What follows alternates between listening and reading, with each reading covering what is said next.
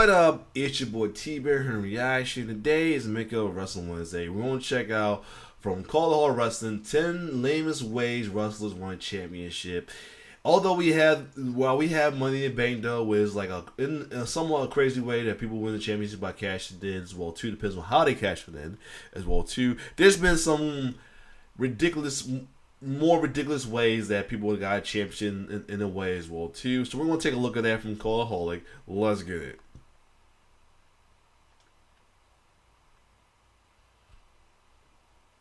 There are many different ways to win a pro wrestling championship belt. Pinfall, submission, knockout, climbing a ladder, putting someone through a table. All worthy methods of picking up the gold, I'm sure you'll agree. Not these methods though, these ones suck a big fat one. Wrestling history is full of performers capturing titles in rotten ways, and we are here to celebrate the very best of the very worst. I'm Adam Pacitti from Cultaholic Wrestling, and these are the 10 lamest ways wrestlers won championships. Join us. Number 10, winning a fictional tournament. We are starting this list with literally the oldest trick in WWE's book. When Vince McMahon Sr. and Toots Mond broke away from the National Wrestling Alliance in 1963, they needed a champion to represent their new promotion. Their choice was Buddy Rogers, the former NWA champ, but just how were the company going to get their belt onto him? With an actual tournament? No, stupid, with a made-up one of course. Rogers was crowned the first ever WWF champion, as it was known at the time, by beating Antonino Rocca in the finals of a fictional tournament in Rio de Janeiro. Why Rio? Who knows? Maybe the promoters thought it was far enough away that nobody would question it. 16 years later, WWE pulled this stunt again when Pat Patterson won another fake tournament in Rio to become the first ever Intercontinental Champion.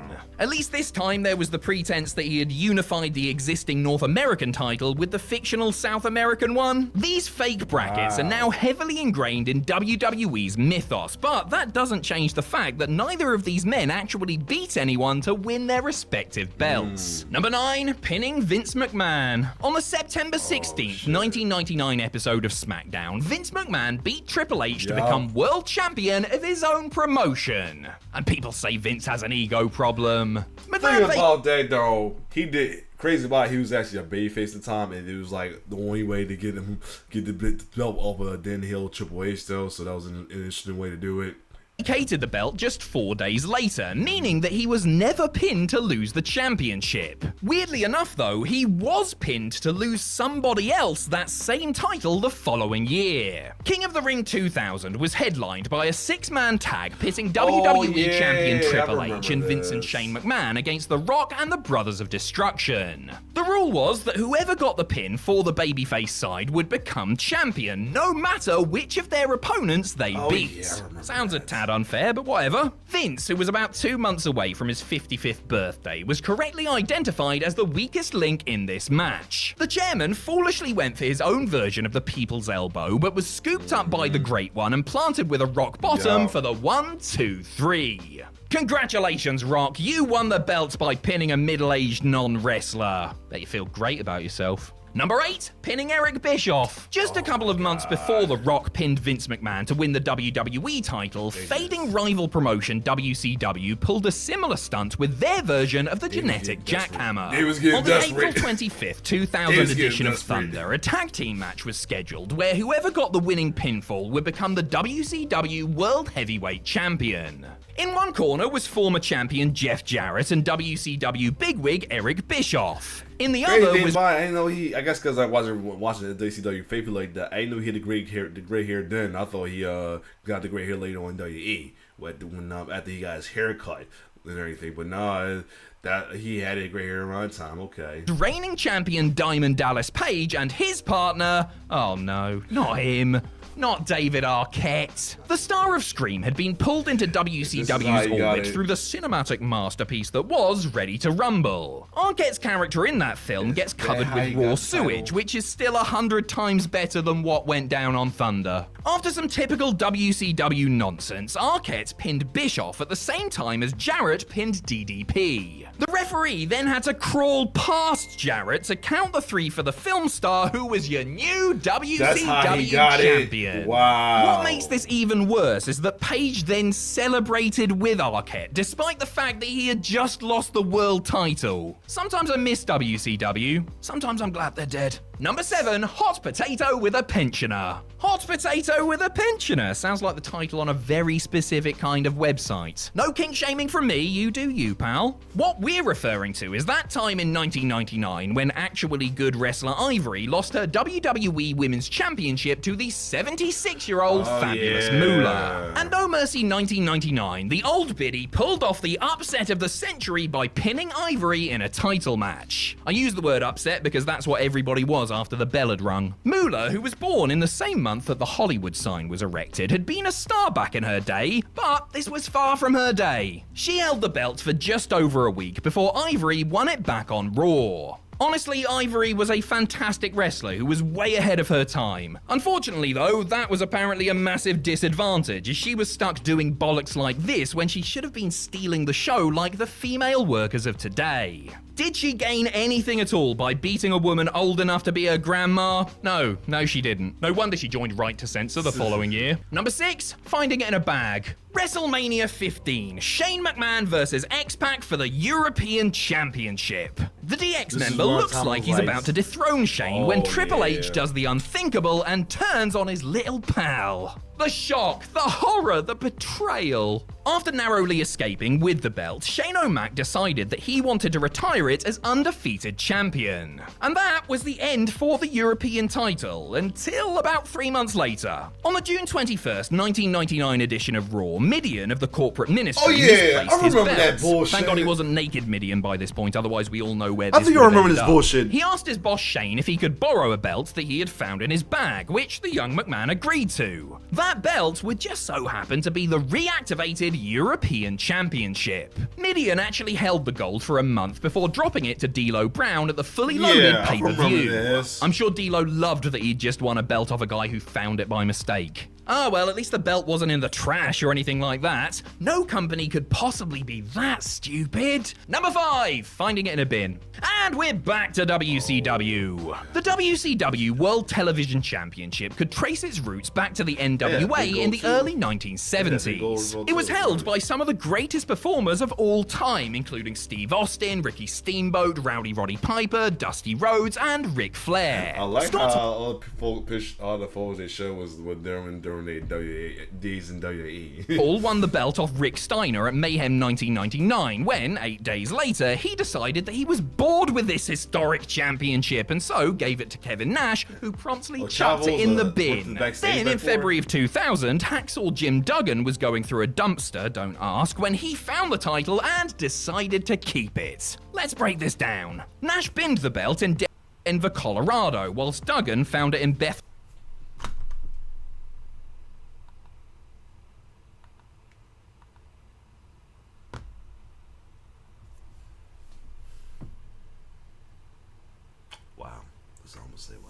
But one thing about it, I'm assuming that Jim Duggan was the face at the time. Probably would have been okay with it, but at the time I was watching it, but wow. Found it in Bethlehem, Pennsylvania. Those two cities are 1,731 miles apart, so how the hell did that happen? The way in which Duggan lost the belt also sucked, as he was stripped of the title during the Great Champion Reset brought about by Eric Bischoff and Vince Russo. The title was promptly forgotten about, never to be seen on TV ever again. Number 4, picking it out of a random box. Every so often, a new wrestling stipulation comes around that changes the way the sport operates forever. The Lockbox 8 Knockout Elimination Tag Team match was not one of them.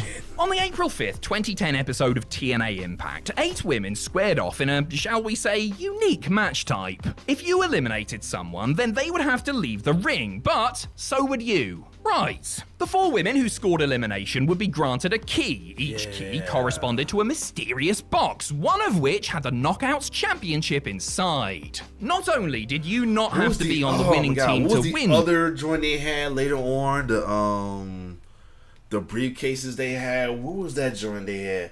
One issued a title contract. Other one issue a contract, a pink slip. Hold on, TNA Impact briefcase. What was that shit called? What was that damn match called? Feast of Fire. Yeah. That was a while. That I remember that though. Who remember Feast and Fire on that day used to have on Impact Wrestling? That was wild right there.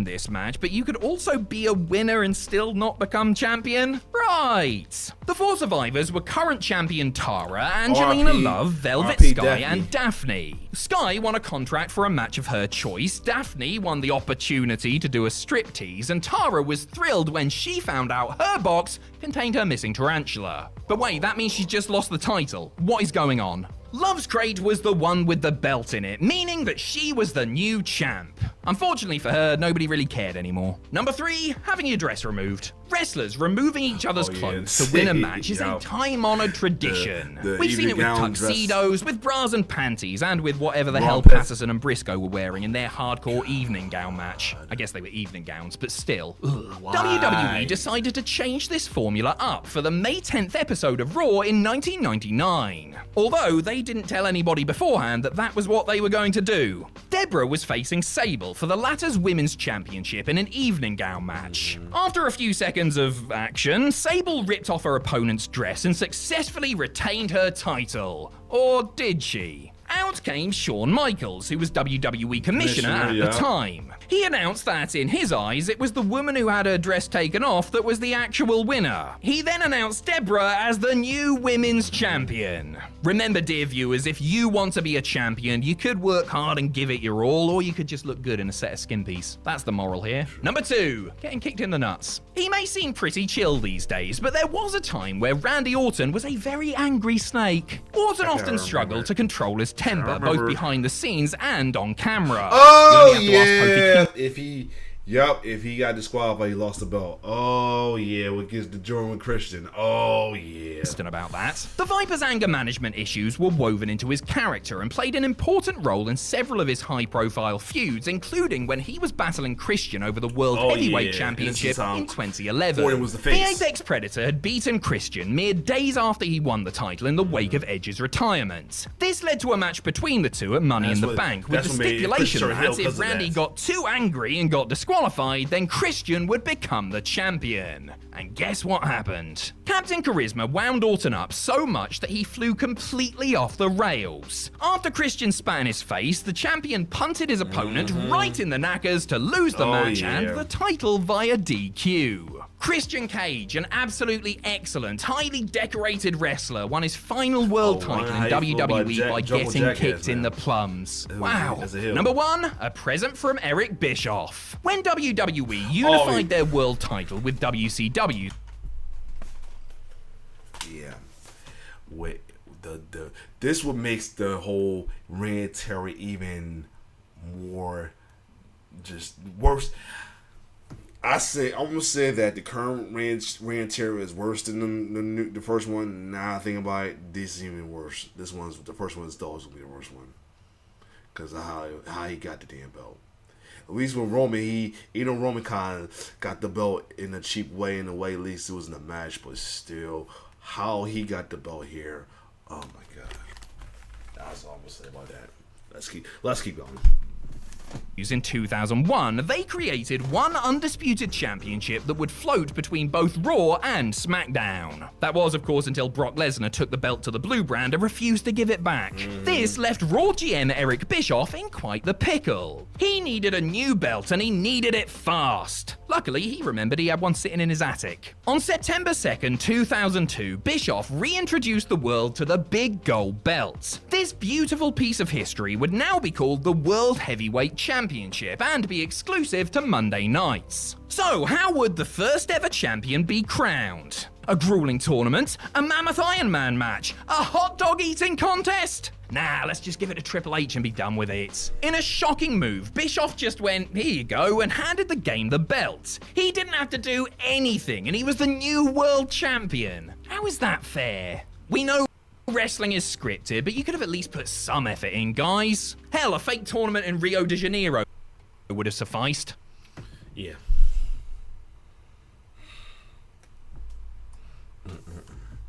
For real, man. That was just, oh my god. And like I said, and that's how we got the beginning of the Reign of Terror right there. That bullshit right there.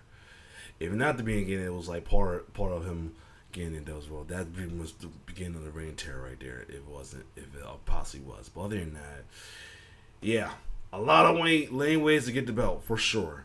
But if you like my reaction, like, share, subscribe to my YouTube channel. It's your boy T-Bear signing off. One love.